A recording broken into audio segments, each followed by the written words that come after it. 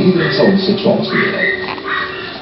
Ofertas imbatíveis com taxa zero na Eurovia. Toda linha com taxa zero para você sair de lição novo. Aproveite. Marte S completo por R$ 31.490 com entrada mais 24 vezes e taxa zero. Peça 1.6 SP por R$ 41.990 em taxa zero. Frontier S turbo diesel 4x4 de R$ 99.990 por R$ 95.990 com taxa zero. IPVA grátis e mais bônus de R$ 5.000. Passe agora na Eurovia e garanta já o seu Nissan. Eurovia Nissan, a maior do Nordeste. ACM ao lado do Corpo de Bombeiros e nova loja na Avenida Santos Dumont, Lauro de Freitas.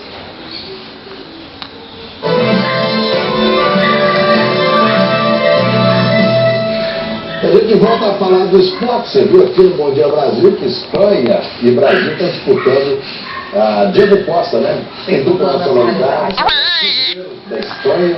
E o Filipão agora tentou sacar primeiro, trazer para o Brasil para a Copa. O Filipão já tinha dito que queria testar o Diego Costa. O Costa jogou 2 amistosos pelo Brasil em março. O Filipão disse: eu quero testar de novo.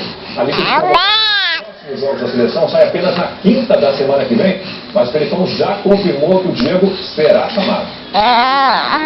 Era noite, e depois de um dia de trabalho, o olhar já mostrava cansaço.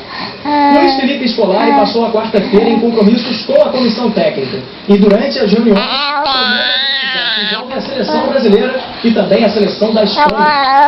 Diego Costa. Brasileiros e espanhóis querem contar com ele, mas se depender de o destino do atacante do Atlético de Madrid já está traçado. A carta já foi enviada à FIFA, dizendo dessa nossa intenção e normalmente